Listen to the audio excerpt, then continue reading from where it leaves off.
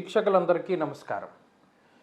April మాసంలో గ్రహస్థితి ఏ విధంగా ఉన్నది, ఆ గ్రహస్థితి మీ రాశి వారికి ఏ విధమైనటువంటి ఫలితాలను ఇవ్వబోతూ ఉన్నది అనేటువంటి విషయాన్ని ఈ వీడియో ద్వారా క్లుప్తంగా తెలుసుకునేటువంటి ప్రయత్నం చేద్దాం.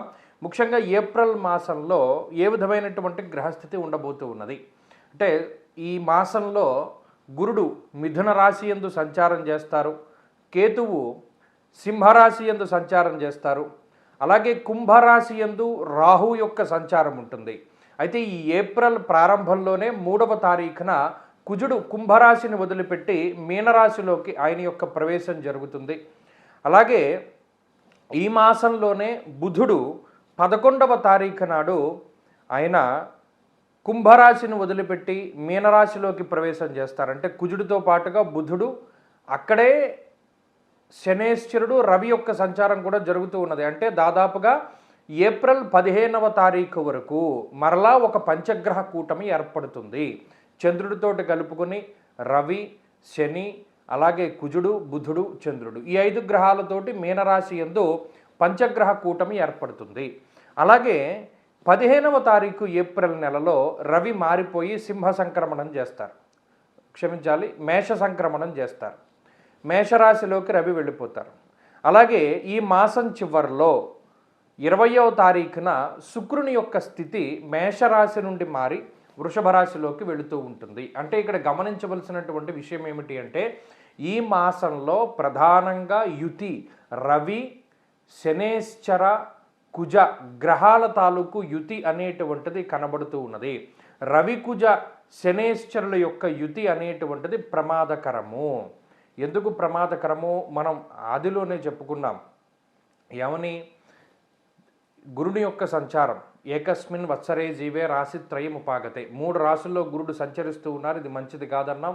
యుద్ధ వాతావరణము, యుద్ధ భీతి మొదలైనటువంటివి, పెట్రోల్కి సంబంధించిన ఇబ్బందులు, గ్యాస్కి సంబంధించినటువంటి ఇబ్బందులు ఇవన్నీ ఎదుర్కొంటూ ఉన్నారు. ఇప్పుడు ఈ శనేశ్వరుడు, కుజుడు, అలాగే రవిగ్రహాల యొక్క కలయిక వల్ల ఉష్ణ సంబంధమైనటువంటి సమస్యలు, కని విని ఎరుగని రీతిలో హీట్ వేవ్ అనేటువంటిది రావడానికి ఈ మాసంలో విపరీతంగా అవకాశం ఉంటుంది. రవికుజ శనేశ్వరుల యొక్క కలయిక విస్ఫోటనంగా చెప్తారు. అంటే అగ్నిపర్వతాలు బద్దలవ్వడానికి, రోళ్ళు రోకళ్ళు పగిలిపోయేటంత ఎండవేడిమి ఉండడానికి, అంత గరిష్టమైనటువంటి ఉష్ణోగ్రతలు రావడానికి ఎక్కువ అవకాశం ఉంటుంది. కాబట్టి విద్యుత్తుకి సంబంధించినటువంటి ప్రమాదాలకి, లేదా ఈ అగ్ని సంబంధమైనటువంటి ప్రమాదాలకి, కార్చిచ్చులకి, మరీ ముఖ్యంగా మనం పంచాంగ శ్రవణంలో కూడా చెప్పుకున్నాం, అడవిలో ఉండేటువంటి జంతువులకి ఇబ్బంది అని, అటువంటి వాటికి ఎక్కువ అవకాశం ఉంటుంది. కాబట్టి ఈ ఏప్రిల్ మాసంలో కొంచెం మనం ఈ విషయాల మీద దృష్టిని పెట్టుకుని అప్పుడు మన రాశి ఫలితాలని చూసుకోవాలి. కర్కాటక రాశి వారికి ఏప్రిల్ మాసము మిశ్రమమైనటువంటి మాసము. అంటే మార్చితో కనుక పోల్చుకుంటే ఇది చాలా ఎక్కువగా మీకు యోగించే మాసం కిందే లెక్క. కారణం ఏంటి అంటే, మార్చి నెలలో లేదా ఫిబ్రవరి నెలలో ఏర్పడ్డటువంటి పంచగ్రహ కూటములు ఏవైతే ఉన్నాయో అవి మీకు సప్తమ, అష్టమ స్థానముల యందు ఏర్పడినటువంటి కూటములు. ఇవి అంత మంచివి కాదు. ఈ కర్కాటక రాశి వారి యొక్క ఆత్మస్థైర్యాన్ని కానీ, లేదు కొంత బలాన్ని కానీ, లేదా మీ మీద మీకు ఉండేటువంటి నమ్మకాన్ని కానీ అవన్నీ తీసేస్తుంది ఆ గ్రహస్థితి. ఏముంది? అష్టమంలో కుజుడు, అష్టమంలో రాహువు, అష్టమంలో బుధుడు, అష్టమంలో చంద్రుడు, అష్టమంలో రవి. పోయిన నెలలో అంటే మార్చి నెలలో ఎంత ఇబ్బందులు ఎదుర్కొంటారు అంటే, దుర్దోష శత్రు సంవాదో గమనం వ్యథ, కార్యహానిర్ మనస్తాప, అలాగే ప్రవాసం కార్యహాని స్యాత్. చెప్పుకుంటూ పోతే వచ్చిన రూపాయల్లా కూడా ఎక్కడా నిలవ వేయకుండా ఖర్చు అయిపోయినటువంటి పరిస్థితే ఉంటుంది. అంటే ఒక మాసం మొదట్లో ఏదైనా ఒక రూపాయి మిగులు బడ్జెట్ తోటి ప్రారంభించినటువంటి కర్కాటక రాశి వారు మార్చి పూర్తయ్యేసరికి ప్రతి రూపాయి కూడా ఖర్చు పెట్టేసుకుని కొంత లోటు బడ్జెట్లోకి వెళ్ళిపోయినటువంటి పరిస్థితి. ఏమంటే ఈ ఖర్చు పెట్టిందల్లా కొన్ని గతంలో చేసిన అప్పుల కన్నా ఇంకోటి తీర్చడానికే ఖర్చు పెట్టి ఉండొచ్చు, కానీ అక్కడ నిలవలు లేవు కదా, ఖజానాలో మొత్తం ఖాళీ అయిపోయింది. అలాగే ఎంత మంచి చేసినా బంధువుల నుండి కానీ, లేదా మిత్రుల నుండి కానీ, లేదా కుటుంబ సభ్యుల నుండి కానీ సరైనటువంటి స్పందన లేదు. అంటే మీరు మెచ్చుకుంటారని కాదు, కనీసం వాళ్ళ దగ్గర నుండి సరైనటువంటి స్పందన లేదు. మీరింత కష్టపడ్డారు, మీరింత గొప్ప కార్యక్రమాన్ని చేశారు అనేటువంటి మాటలు కూడా వారి దగ్గరికి రాకపోవడం వల్ల వారి దగ్గర నుంచి కొంత మానసికమైనటువంటి ఇబ్బంది ఉంటుంది. అలాగే మీరు మార్చి నెలలో గమనించండి, ఎంత కష్టపడ్డారంటే అంత కష్టపడ్డారు.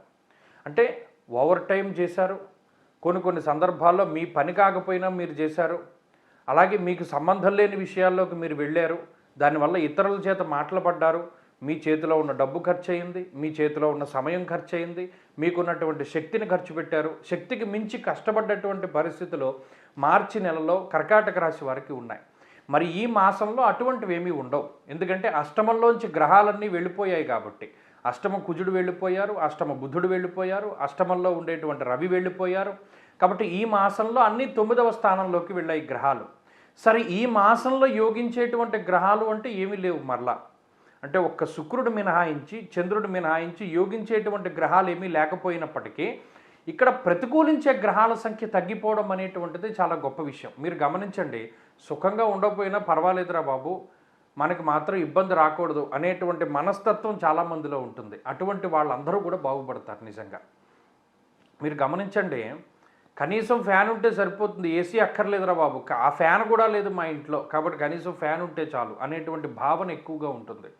కాబట్టి ఇక్కడ ప్రతికూలించే గ్రహాల సంఖ్య తగ్గిపోయినప్పుడు, అనుకూలించే గ్రహాలు లేకపోయినా కర్కాటక రాశి వారికి ఈ నెల బాగానే వెళుతుంది. కారణం ఏంటి అంటే ఈ ఇబ్బంది తగ్గింది కాబట్టి ఆటోమేటిక్గా వీరు దాటగలుగుతారు. ఇక్కడ మీకు ఉద్యోగపరమైనటువంటి ఎదుగుదల, ఆర్థికపరమైనటువంటి ఖర్చు, అంటే ఏదైతే గత మాసంలో ఎదుర్కొన్నటువంటి ఖర్చు ఉందో అది ఈ మాసంలో ఉండదు. లేదా ఏదైనా మీరు ఖర్చు పెట్టినా మీకు కావలసినటువంటి నిత్యావసరాలకో, మీకు కావలసినటువంటి వాటికో ధనాన్ని ఖర్చు పెట్టుకుంటారు తప్పితే ఇతరత్రా ఏవి ఖర్చులు కనబడవు. కాబట్టి కర్కాటక రాశి వారికి కొంత మెరుగైనటువంటి గ్రహస్థితే కనబడుతూ ఉన్నది. ఆరోగ్యపరంగా, ఆర్థికంగా, సామాజికంగా, కుటుంబ పరంగా, సంతానపరంగా, అన్నిటి పరంగా కూడా ఈ మాసం బాగుంటుంది. కాబట్టి వీరు ఈ మాసంలో మరింత అనుకూలమైనటువంటి ఫలితాలని సాధించాలి అంటే ఈ కర్కాటక రాశి వారు ప్రత్యేకించి అష్టమరాహు యొక్క దోష నివారణ కోసమై అమ్మవారి యొక్క ఆరాధన ఎక్కువగా చేస్తూ ఉండడం చెప్పదగినటువంటి సూచన. వీలున్నంత వరకు ప్రతి ఆదివారం నాడు వచ్చేటువంటి రాహుకాల సమయంలో మినప్పప్పుతో చేసినటువంటి పదార్థాన్ని దానం చేస్తూ ఉండండి. అలాగే ఈ మాసంలో ఏదైనా ముఖ్యమైనటువంటి పని చేయవలసి వచ్చినప్పుడు అది శుక్రవారం రోజున కానీ ఆదివారం రోజున కానీ చేస్తూ ఉండడం ద్వారా మంచి ఫలితాలు సంప్రాప్తమవుతాయి. కర్కాటక రాశి వారికి ఏప్రిల్ మాసము మిశ్రమమైనటువంటి మాసము. అంటే మార్చితో కనుక పోల్చుకుంటే ఇది చాలా ఎక్కువగా మీకు యోగించే మాసం కిందే లెక్క. కారణం ఏంటి అంటే మార్చి నెలలో లేదా ఫిబ్రవరి నెలలో ఏర్పడ్డటువంటి పంచగ్రహ కూటములు ఏవైతే ఉన్నాయో అవి మీకు సప్తమ అష్టమ స్థానముల యందు ఏర్పడినటువంటి కూటములు. ఇవి అంత మంచివి కాదు. ఈ కర్కాటక రాశి వారి యొక్క ఆత్మస్థైర్యాన్ని కానీ, లేదు కొంత బలాన్ని కానీ, లేదా మీ మీద మీకు ఉండేటువంటి నమ్మకాన్ని కానీ అవన్నీ తీసేస్తుంది ఆ గ్రహస్థితి. ఏముంది, అష్టమంలో కుజుడు, అష్టమంలో రాహువు, అష్టమంలో బుధుడు, అష్టమంలో చంద్రుడు, అష్టమంలో రవి. పోయిన నెలలో అంటే మార్చి నెలలో ఎంత ఇబ్బందులు ఎదుర్కొంటారు అంటే దుర్దోష శత్రు సంవాదో గమనం వ్యధ, కార్యహానిర్ మనస్థాప, అలాగే ప్రవాసం కార్యహాని స్యాత్. చెప్పుకుంటూ పోతే వచ్చిన రూపాయల్లా కూడా ఎక్కడా నిలవ వేయకుండా ఖర్చు అయిపోయినటువంటి పరిస్థితే ఉంటుంది. అంటే ఒక మాసం మొదట్లో ఏదైనా ఒక రూపాయి మిగులు బడ్జెట్ తోటి ప్రారంభించినటువంటి కర్కాటక రాశి వారు మార్చి పూర్తయ్యేసరికి ప్రతి రూపాయి కూడా ఖర్చు పెట్టేసుకుని కొంత లోటు బడ్జెట్లోకి వెళ్ళిపోయినటువంటి పరిస్థితి. ఏమంటే ఈ ఖర్చు పెట్టిందల్లా కొన్ని గతంలో చేసిన అప్పులు కన్నా ఇంకోటి తీర్చడానికే ఖర్చు పెట్టి ఉండొచ్చు, కానీ ఇక్కడ నిలవలు లేవు కదా, ఖజానాలో మొత్తం ఖాళీ అయిపోయింది.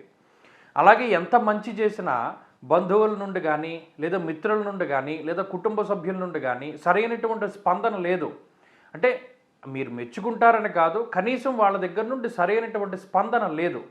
మీరింత కష్టపడ్డారు, మీరింత గొప్ప కార్యక్రమాన్ని చేశారు అనేటువంటి మాటలు కూడా వారి దగ్గరికి రాకపోవడం వల్ల వారి దగ్గర నుంచి కొంత మానసికమైనటువంటి ఇబ్బంది ఉంటుంది. అలాగే మీరు మార్చి నెలలో గమనించండి, ఎంత కష్టపడ్డారంటే అంత కష్టపడ్డారు. అంటే ఓవర్ టైం చేశారు, కొన్ని సందర్భాల్లో మీ పని కాకపోయినా మీరు చేశారు, అలాగే మీకు సంబంధం లేని విషయాల్లోకి మీరు వెళ్ళారు, దానివల్ల ఇతరుల చేత మాటలు పడ్డారు, మీ చేతిలో ఉన్న డబ్బు ఖర్చు అయింది, మీ చేతిలో ఉన్న సమయం ఖర్చు అయింది, మీకున్నటువంటి శక్తిని ఖర్చు పెట్టారు. శక్తికి మించి కష్టపడ్డటువంటి పరిస్థితులు మార్చి నెలలో కర్కాటక రాశి వారికి ఉన్నాయి. మరి ఈ మాసంలో అటువంటివి ఏమీ ఉండవు. ఎందుకంటే అష్టమంలోంచి గ్రహాలన్నీ వెళ్ళిపోయాయి కాబట్టి. అష్టమ కుజుడు వెళ్ళిపోయారు, అష్టమ బుధుడు వెళ్ళిపోయారు, అష్టమంలో ఉండేటువంటి రవి వెళ్ళిపోయారు, కాబట్టి ఈ మాసంలో అన్ని 9వ స్థానంలోకి వెళ్ళాయి గ్రహాలు. సరే ఈ మాసంలో యోగించేటువంటి గ్రహాలు అంటే ఏమీ లేవు మరలా.